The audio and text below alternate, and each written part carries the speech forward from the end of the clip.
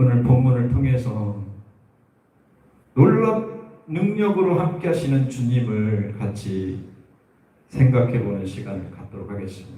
주님의 능력을 힘입는 삶. 글씨가 좀 작게 됐네요. 같이 교독을 한번 해보도록 하겠습니다. 제가 먼저 1절 읽겠습니다. 그 후에 유대인의 명절이 되어 예수께서 예루살렘에 올라가시니라.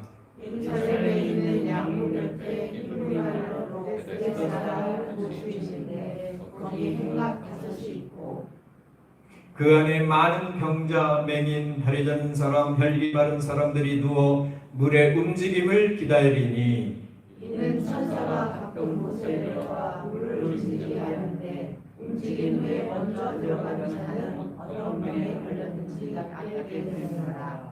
거기 38배 된 병자가 있더라.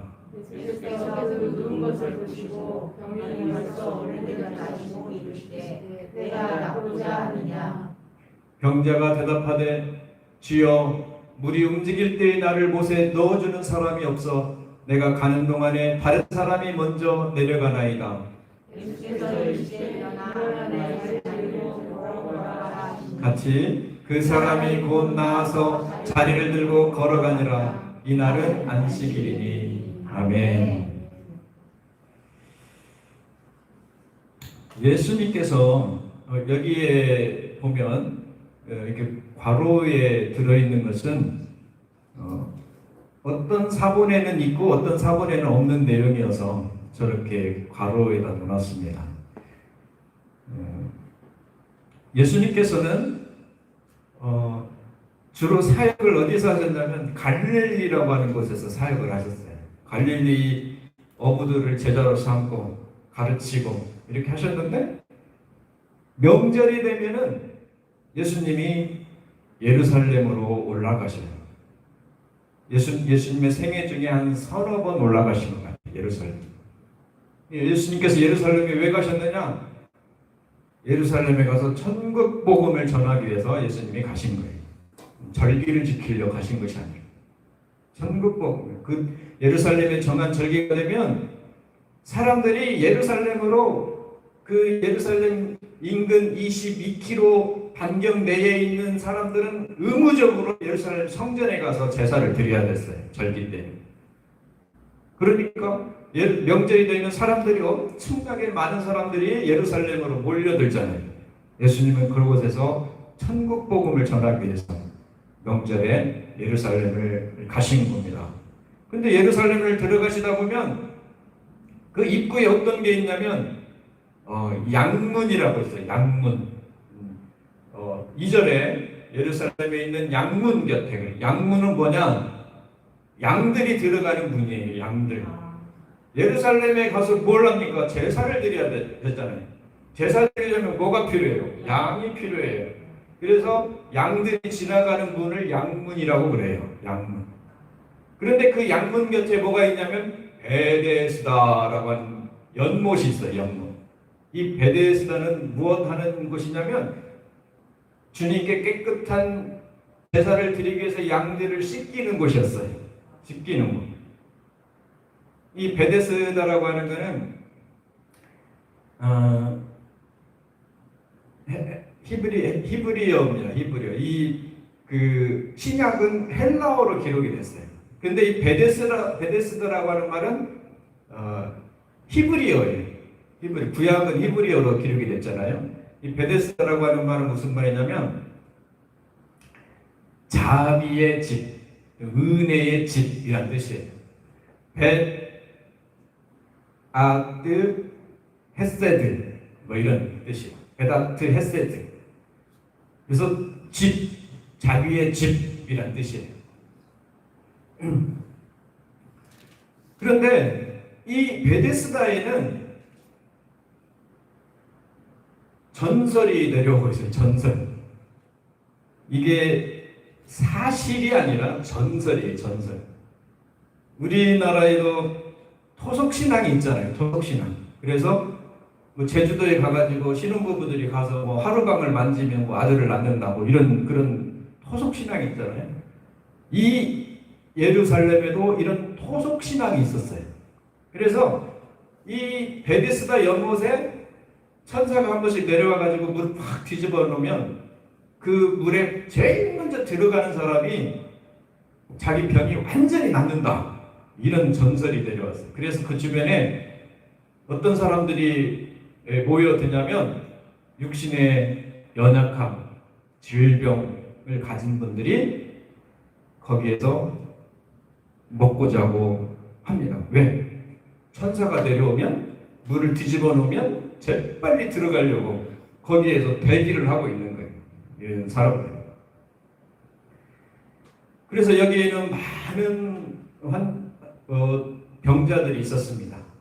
뭐 혈기 마른 사람들. 혈기 마른 사람은 완전히 힘을 잃어버린 사람이에요. 몸을 움직일 수도 없어요. 그런데 여기 베데스다에 모여든 사람들은 어떤 사람들이냐? 다른 곳에서 자기가 이 병을 낫기 위해서 엄청난 노력들을 많이 했던 사람, 좋은 의사도 찾아가가지고 병을 낫기 위해서 많은 노력을 하고 돈도 허비하고 했는데 아무런 효용이 없어서 낫지 못했던 사람. 이 사람들이 한 가닥 희망을 가지고 마지막으로 모여든 곳이 바로 베데스다라고 하는 것입니다. 이 사람들은 이제 마지막 희망을 걸고 있어요. 마지막. 이곳에서 천사가 내려와서 물을 뒤집어 놓을 때 제일 빨리 들어가야지. 모두가 그런 생각들을 하고 있습니다. 이 연못은 어쩌면 오늘을 살아가는 우리들의 세상의 삶이라고 할 수 있습니다. 이 세상에 정말 다른 데서 아무리 애쓰고 힘쓰고 노력해도 해결받지 못했던 그런 삶 속에서 마지막 희망을 걸고 지도하는 그런 상황이라고 합니다. 수고하고 무거운 짐진 자들이 다 모여있는 곳, 이게 바로 베데스다라고 하는 것입니다. 이 사람들은 전부 다 관심사가 뭡니까? 내가 제일 먼저 저 연못에 들어가서 병을 낫겠다고 하는 그런 관심사 가운데 사람들이 모여있는 것입니다. 그런데 여기에 오늘 본문에 등장하는 38배 된 병자가 또 나옵니다. 이 38배 된 병자는 정말 자기가 38배가 됐으니 얼마나 자기 인생이 고달프고 힘들었겠습니까? 그리고 얼마나 많은 노력을 해봤겠습니까? 병을 낫기 위해서. 그런데 아무리 좋은 의사를 찾아가도 누구를 찾아가도 해결받지 못했습니다. 그리고 여기에 마지막 희망을 걸고 와 있는 겁니다. 그런데 이 사람의 상태가 어떻습니까? 이 사람은 거동도 할 수 없는 사람입니다. 누워있는 상태입니다. 힘을 못 쓰는 사람입니다. 이런 상태로 어떻게 그 연못에 제일 먼저 들어갈 수 있겠습니까?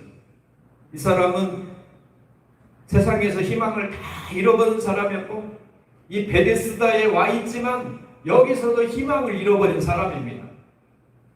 희망이 없는 사람이에요.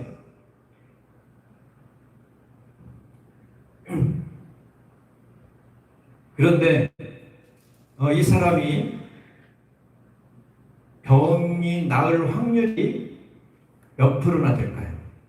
첫 번째로 이 물속에 들어간다고 해서 병이 나을 거라고 하는 보장이 없습니다. 그렇죠? 전설이기 때문에.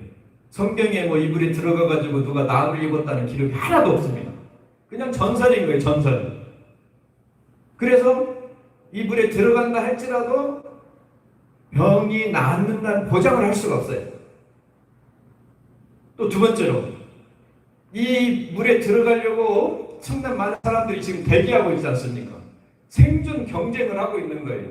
이 속에서 일어나서 걷지도 못하고 거동도 할 수 없는 이 38배 된 병자가 그 물속에 들어갈 수 있는 확률이 있습니까? 없습니까? 제일 먼저.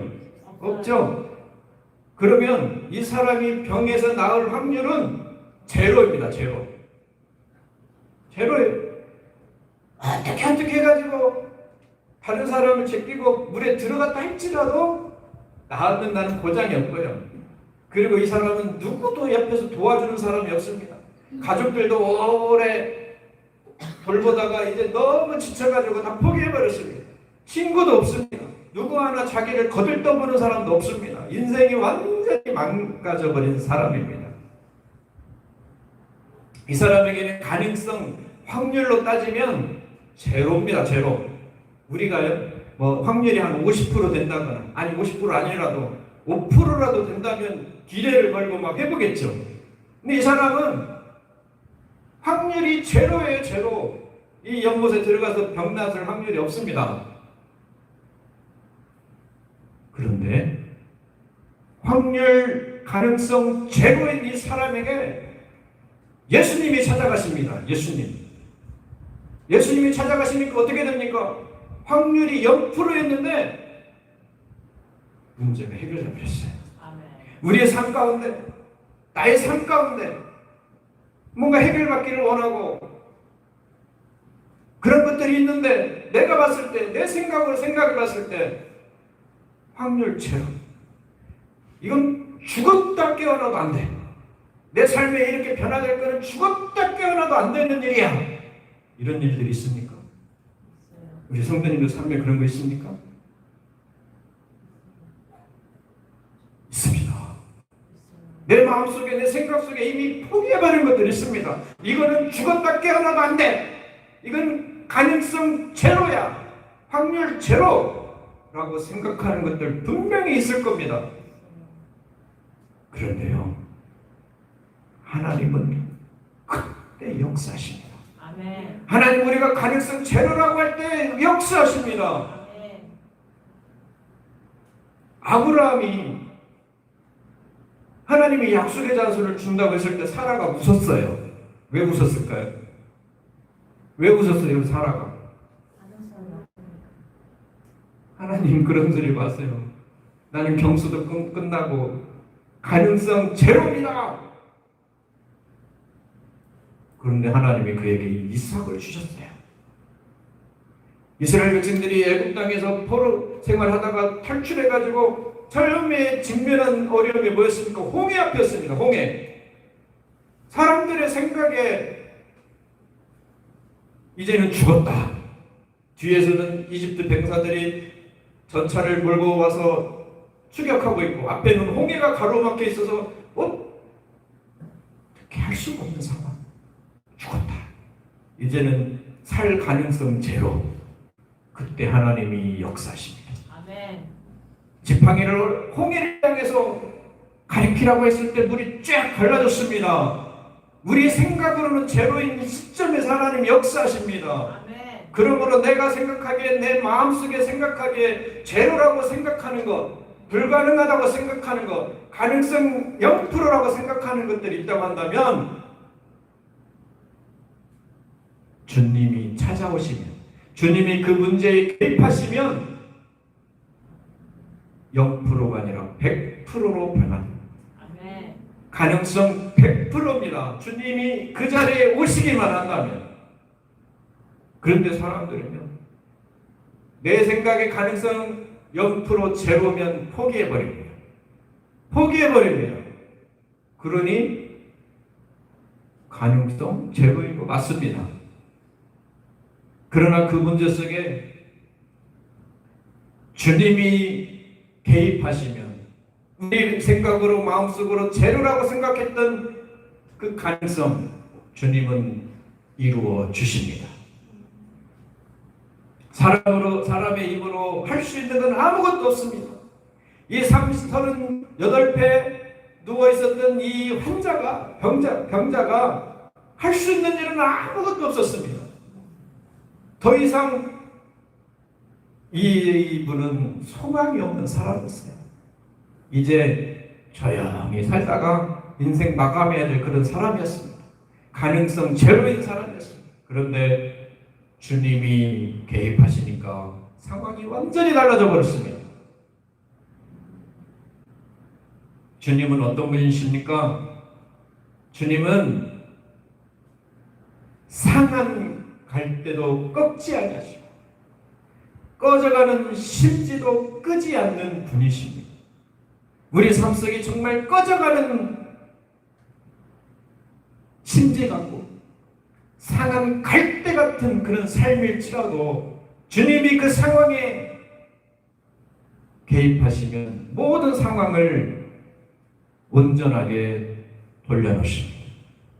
우리 삶 가운데 정말 가능성 0%인 상황들이 뭐가 있습니까?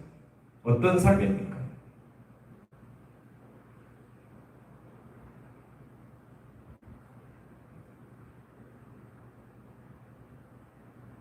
우리 가족들 중에 예수님 믿지 않는 사람이 있다고 해보세요.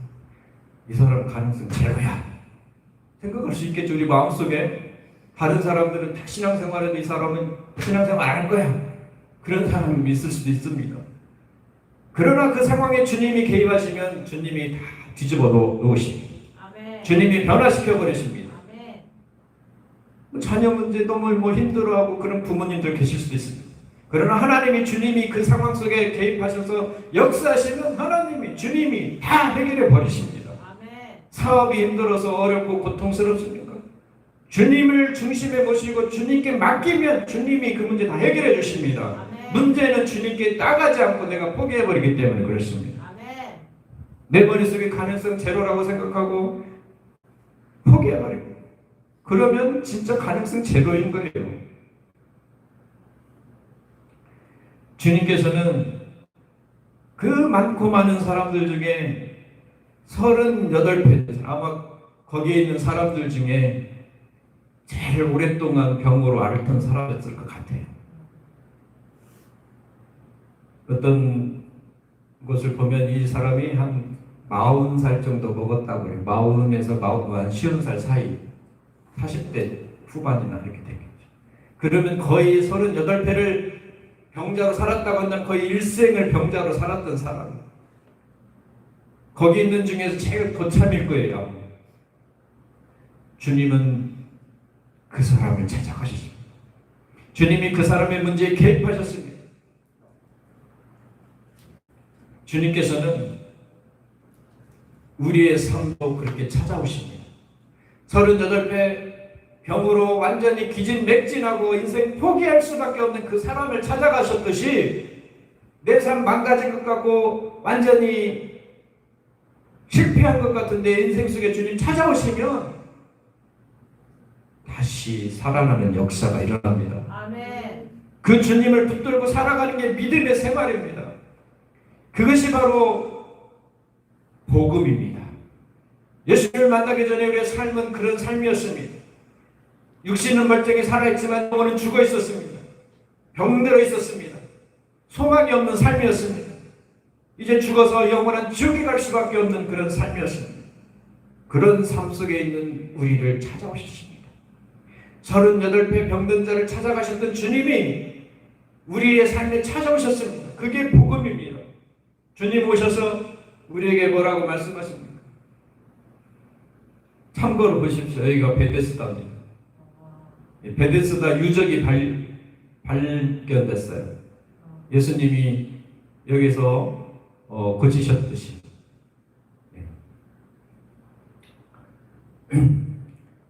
요한복음 10장 10절 말씀에 도둑이 오는 것은 도적질하고 죽이고 멸망시키려는 것뿐이요 내가 온 것은 양으로 생명을 얻게 하고 더 풍성히 얻게 하려는 것이라. 주님이 이 땅에 오셔서 우리에게 복음을 주신 이유는 우리로 하여금 우리의 인생을 나쁜 길로 잘못된 길로 우리를 몰아가려고 하시는 것이 아니라 우리에게 생명을 주시고 더 풍성한 삶을 누리도록 하시기 위해서 주님이 이 땅에 오셨다고 하는 것입니다. 그러므로 주님을 만나면 어떤 삶을 살게 됩니까? 생명을 얻고 더 풍성한 삶을 누리게 된다고 하는 것입니다. 아멘. 문제가 있으면 주님 만나면 문제가 해결이 됩니다. 아멘. 그 주님 붙들고 나가야지 됩니다. 그 악보 중에 글씨가 작은데 복음밖에 없습니다. 그 찬양을 한번 같이 불러보도록 하겠습니다.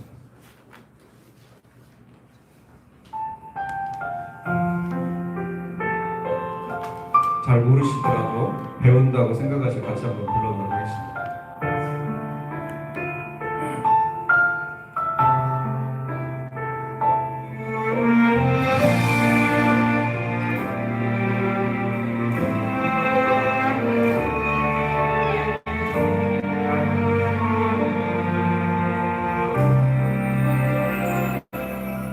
이 세상에 참된 이로 없으니 복음만이 위로입니다.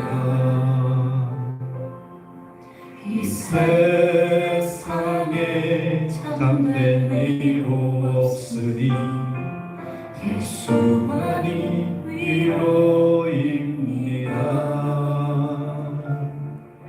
이 세상을 우리 떠나갈 때에 복음만이 소망입니다. 이 세상을 우리 떠나갈 때에 예수만이 소망입니다. 복음 안에 소망인데 복음 안에 생명인데 부른 자의 소망 위로는 오직 복음밖에 없습니다.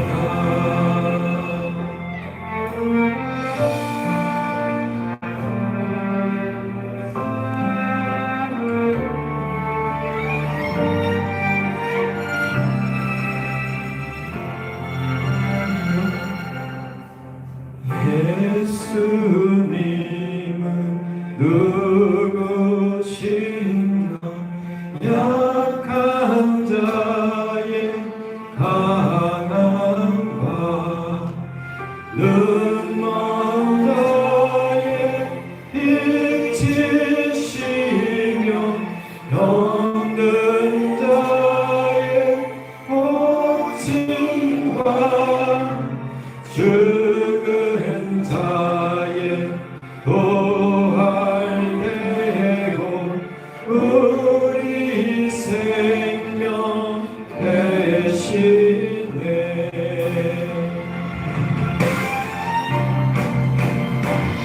복음 안에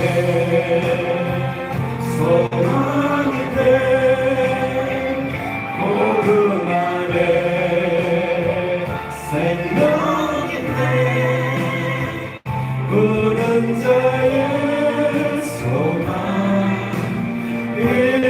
위로는 오직 복음밖에 없습니다. 복음 안에 소망인데 복음 안에 생명인데 부른 자의 소망 위로는 오직 복음밖에 없습니다. 부른 자의 소망 위로는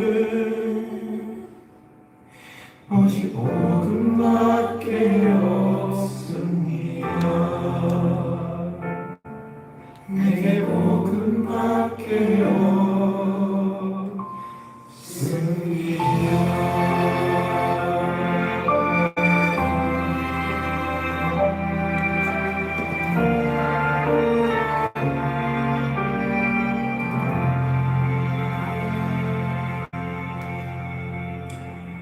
예수님만이 우리의 소망입니다. 예수님, 주님의 복음만이 우리의 소망입니다. 우는 자의 소망, 위로는 오직 복음밖에 없습니다.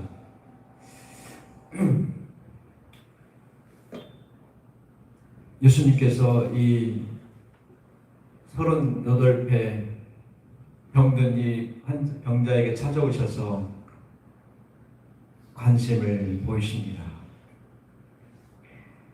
내가 낫고자 하느냐? 내가 낫고자 하는. 오늘 우리의 삶 속에도 주님 찾아오셔서 말씀하십니다. 내가 낫고자 하는. 내가 이 문제 해결받고자 하는.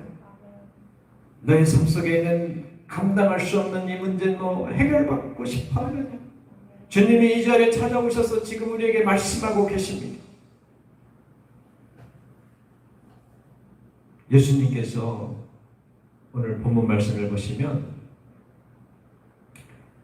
이 38배 병자에게 찾아오셔서 그 누운 것을 보시고 그러셨습니다.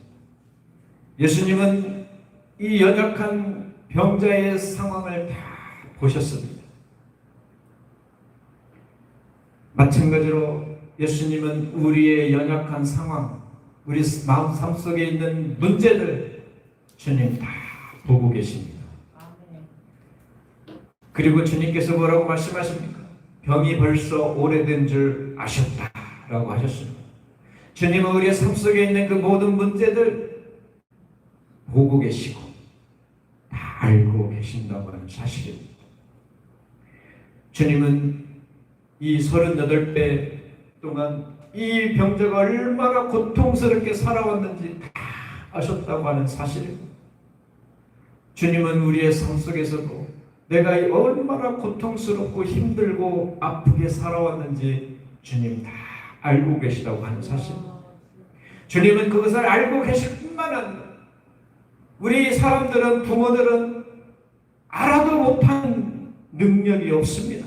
알아도 못합니다. 그러나 하나님은, 주님은 능력의 주님이십니다. 우리 삶 속에서 못할 일이 없으신 분이십니다. 사실 이 병자는 주님이 내가 낫고자 하느냐 했을 때 동문서답을 합니다. 주님 낫기 원합니다 이렇게 해야 되는데 이 사람은 믿음이 없어요. 주님을 향한 믿음이 없어요. 그래서 무슨 말을 합니까? 나를 이 연못에 넣어주는 사람, 도와주는 사람이 없어서 저는 나을 수가 없습니다 이렇게 이야기합니다. 이 사람은 아직 주님의 능력, 주님을 올바로 깨닫지 못한 사람이었습니다. 그럼에도 불구하고 주님께서는 그를 불쌍히 여기시고 그를 낫게 하셨습니다. 내 자리를 들고 일어나서 가라. 주님이 말씀만 하시면 그가 38편 동안 고통받았던 그 문제가 한순간에 해결돼 버립니다. 주님이 능력의 말씀만 하시면 순간 문제가 사라져버립니다. 우리의 삶도 마찬가지입니다. 내가 오랫동안 고민하고 괴로워하고 아파했던 그 문제가 주님의 손에 들려지고 주님의 손에 올려놓기만 하면 주님의 능력으로 그 문제가 깨끗하게 언제 그랬느냐 싶게 해결이 돼버린다고 하는 사실입니다. 그런 믿음으로 살아가는 게 그리스도인의 삶입니다. 내 머릿속으로 내 가능성만 생각하고 이거는 안 될 거고 이 문제는 해결되지 않을 거고 죽어도 안 될 거야 하고 살아가는 건 믿음으로 사는 사람이 아닙니다. 그거는 하나님 붙들고 사는 사람 아니고 나를 붙들고 나를 믿고 나 신교 나 믿고 살아가는 사람입니다. 우상숭배하는 사람입니다. 고린도후서 5장 7절에 우리가 믿음으로 행하고 보는 것으로 행하지 아니함이로라 이렇게 말씀합니다. 이 말은 무슨 말이냐? 가능성 보고 살아가는 삶이 아니라고 얘기하는 겁니다. 확률을 보고 살아가는 삶이 아니라고 하는 겁니다. 하나님 붙들고 믿음으로 살아가는 삶이다. 너희들의 삶은, 기독교인의 그리스도인들의 삶은 가능성을 보고 확률을 보고 따라가는 것이 아니라 하나님의 능력 붙들고 가능성이 없는 제로 같은 상황에서도 믿음으로 살아가는 사람이 진정한 신자다. 아멘. 진정한 하나님 믿는 사람이다. 아멘. 그렇게 말씀하고 있습니다. 교회에 많이 나와서 예배 많이 드린다 할지라도 하나님을 그렇게 믿지 않으면 온전한 신자가 아닙니다. 아멘. 하나님의 능력을 믿고 의지하고 믿음으로 나아갈 수 있는 그 신앙, 그게 온전한 신앙인 것입니다. 아멘.